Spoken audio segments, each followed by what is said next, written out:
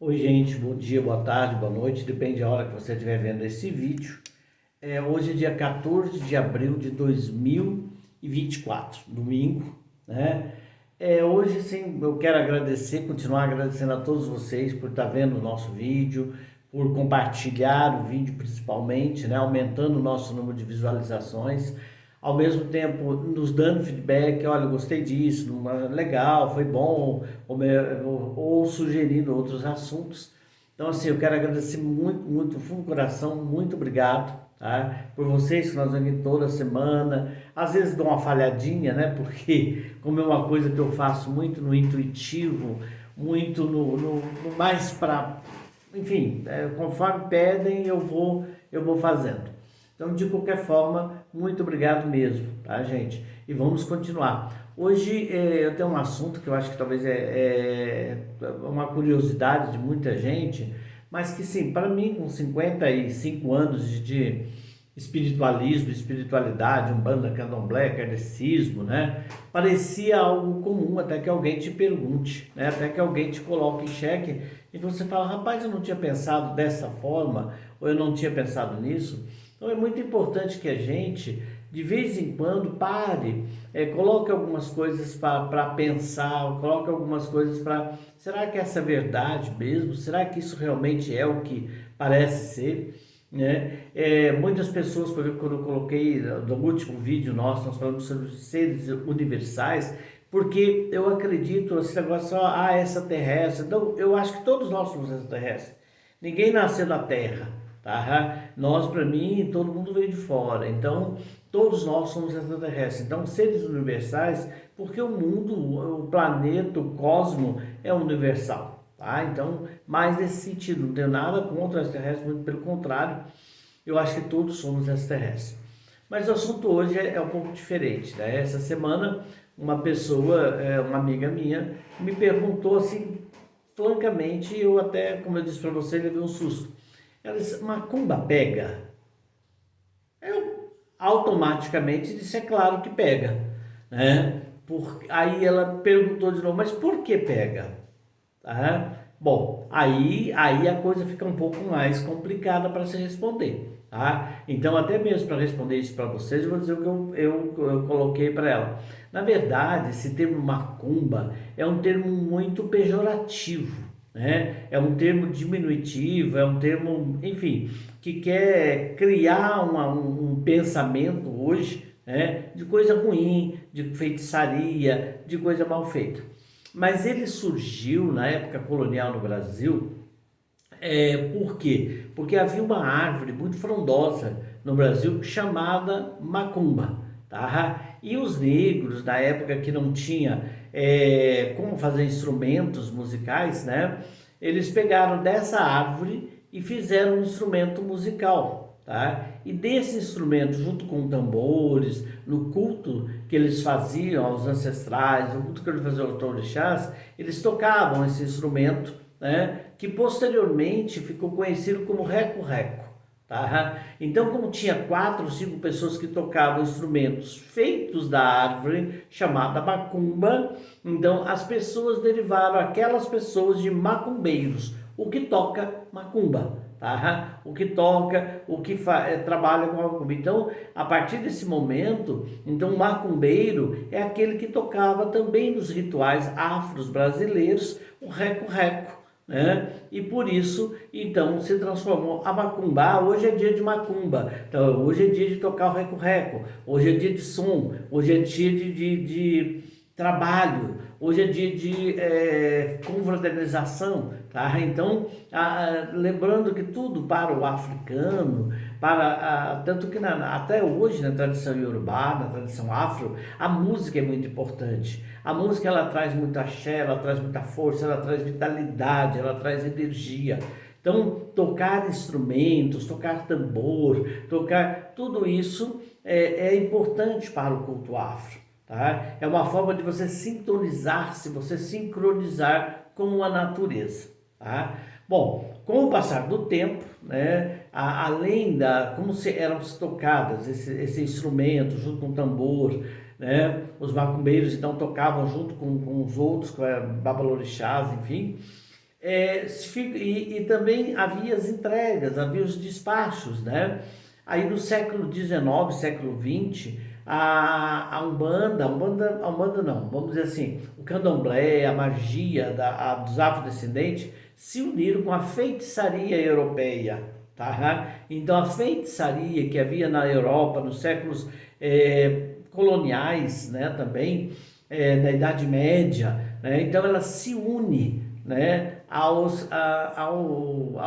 pagelância, se une às questões afro-brasileiras, religiões brasileiras, e a partir daí, então, dessa união, tá, que se deu, entre aspas, a macumba. Então a macumba entrou de gaiato no navio aí, tá? Entrou, e a feitiçaria, que era uma feitiçaria, veio mais dos portugueses, que veio dos espanhóis, tá, gente? Então essa coisa de cortar galo, isso não é do africano, tá? O africano, ele trabalha mais com a galinha de Angola, né? Ele trabalha com outros animais e muitas vezes não no corte também, tá? Porque ele tem uma reverência a isso. Mas já os portugueses da época, já os europeus, de uma forma geral, tá? Já usavam isso para fazer mesmo os trabalhos deles, as magias, quem conhece um pouco da feitiçaria, da Wicca, então vai lá para trás, tá? Então a mistura disso tudo,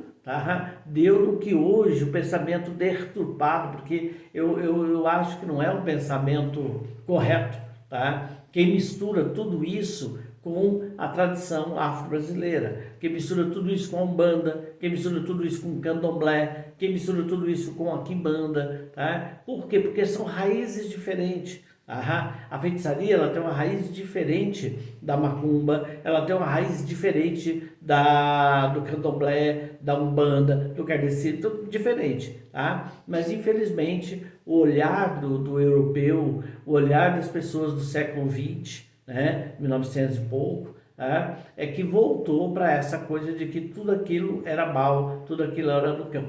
Vamos lembrar que tem uma historiadora muito importante, a Laura de Souza, se não me engano, que ela escreve, ai meu Deus, Escravos Livres, Homens Livres da Sociedade Escravocrata, e ela escreve também Deus e o Diabo na Terra de Santa Cruz. E aí, uma coisa interessante que ela diz que, na verdade, a teoria que tinha nessa época medieval, na época colonial, que abaixo do Equador era tão quente, que as pessoas ficavam negras, tá? Queimava o cérebro delas e elas não tinham alma.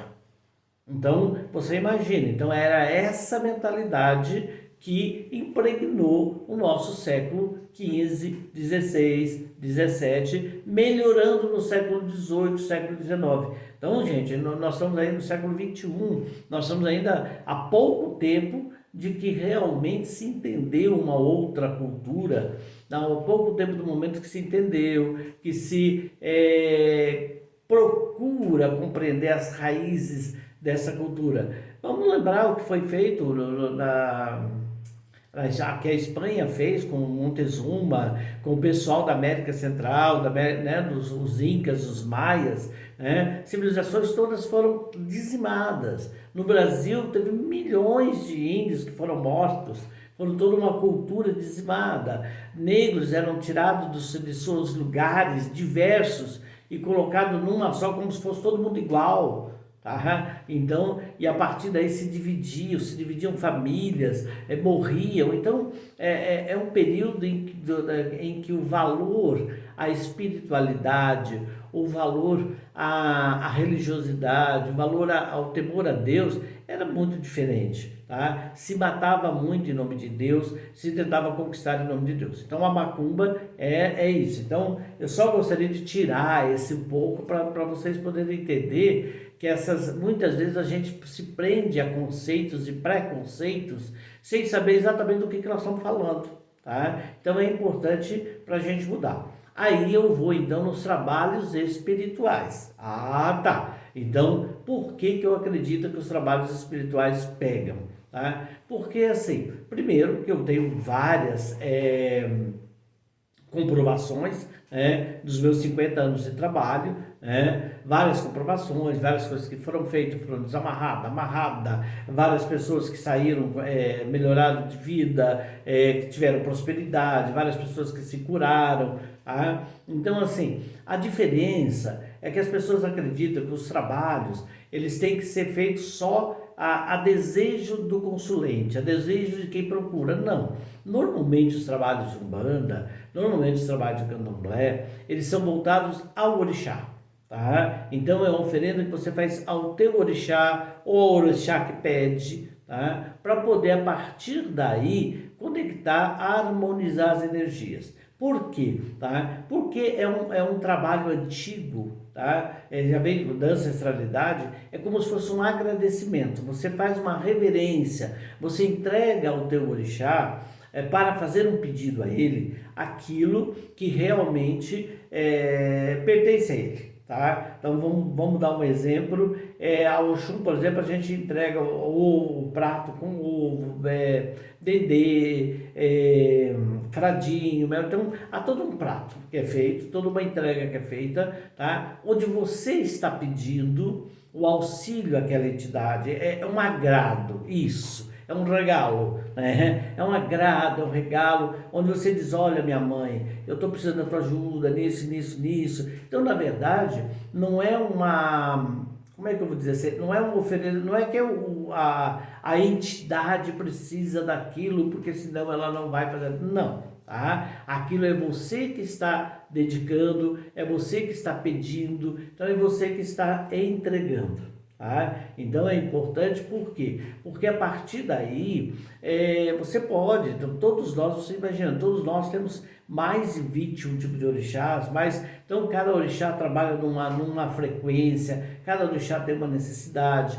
tá? Até mesmo às vezes para quebrar demanda. Então, por exemplo, alguém te fez algum mal, alguém te fez algum trabalho espiritual negativo, vamos dizer assim, tá? E teu orixá te avisa, diz, olha, tem pessoal que fez isso de mal. Então, você tem que desmanchar, tá? Então, por que você tem que desmanchar? Bom, foi feito para você, se pegou em você, tá? Gente, eu voltei a falar de novo, vou tentar explicar.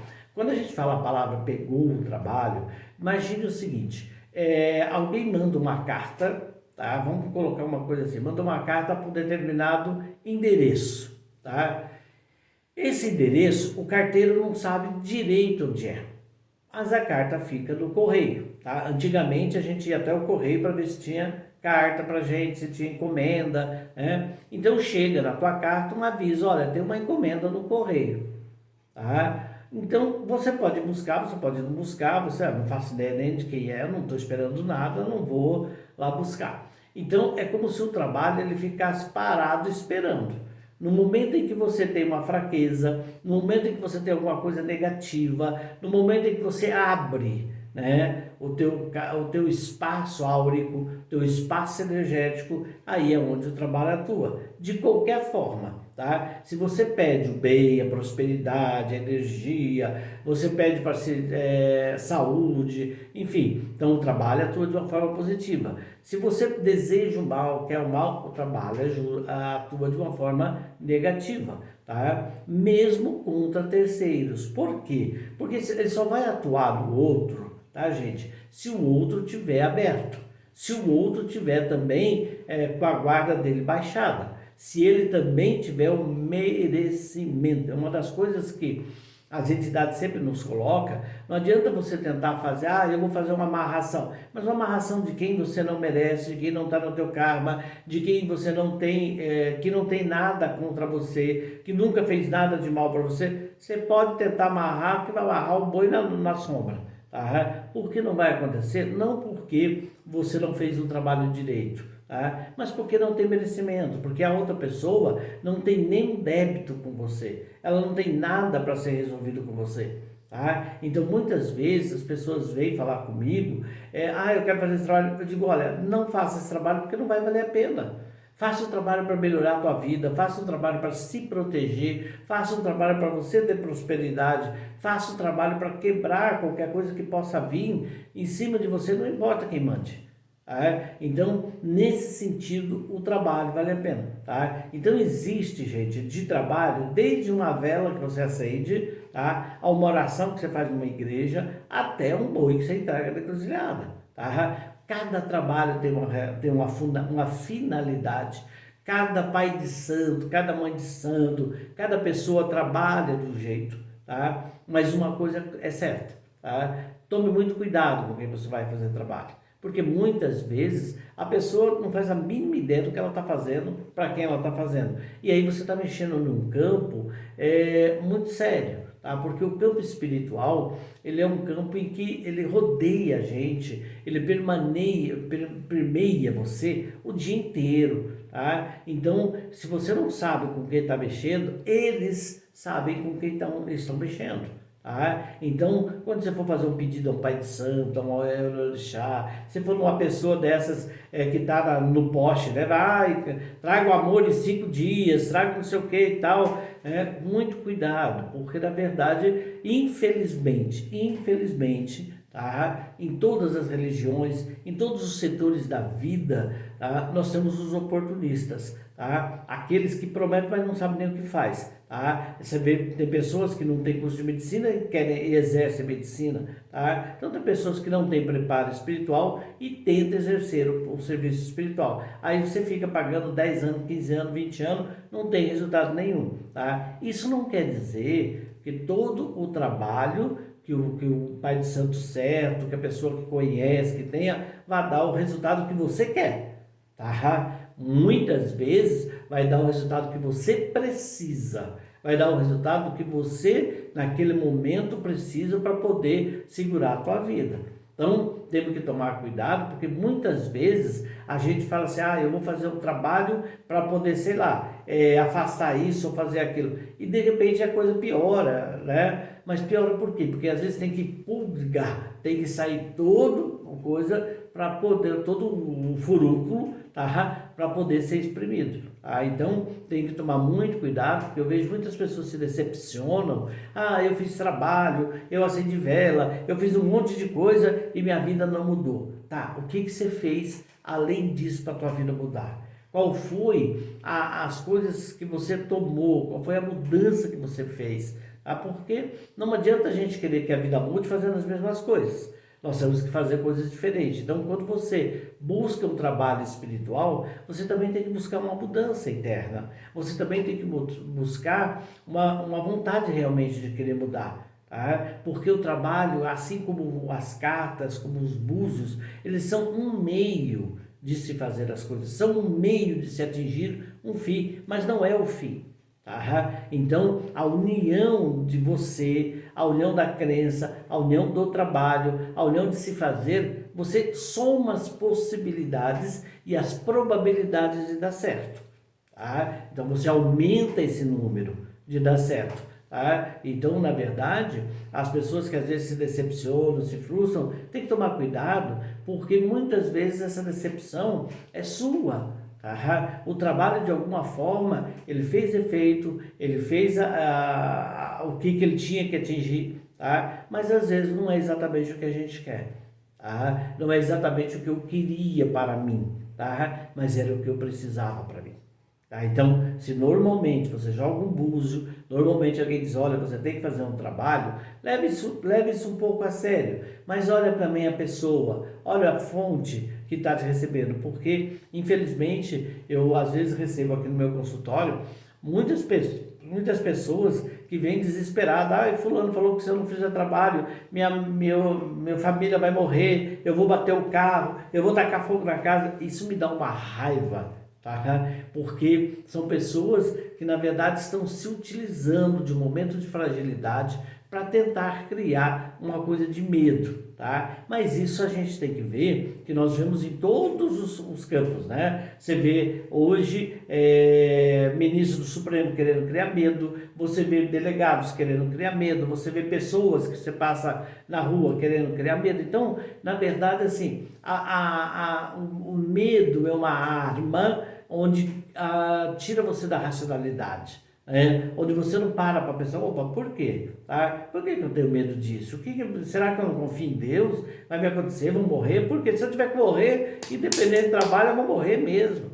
Então, muito cuidado isso, tá? Porque infelizmente você tem pessoas que não estão preocupadas com a verdade. Ok? Gente, um grande abraço, desculpa eu ter delongado um pouquinho, mas na próxima semana também nós vamos falar sobre os trabalhos 2, tá? Sobre os trabalhos espirituais 2, quais são alguns trabalhos para vocês, o que é importante, o que não é importante quando se faz um trabalho, né? De que forma você tem que se proceder no seu dia a dia, no preparo anterior, preparo no dia, preparo posterior, tá? Então isso é bastante importante. Um grande abraço, muito axé, uma ótima semana a todos vocês, tá? E reflitam, tá? Não tenha medo, a vida é daqueles que ousam. Um grande abraço, muito axé. Beijo no coração.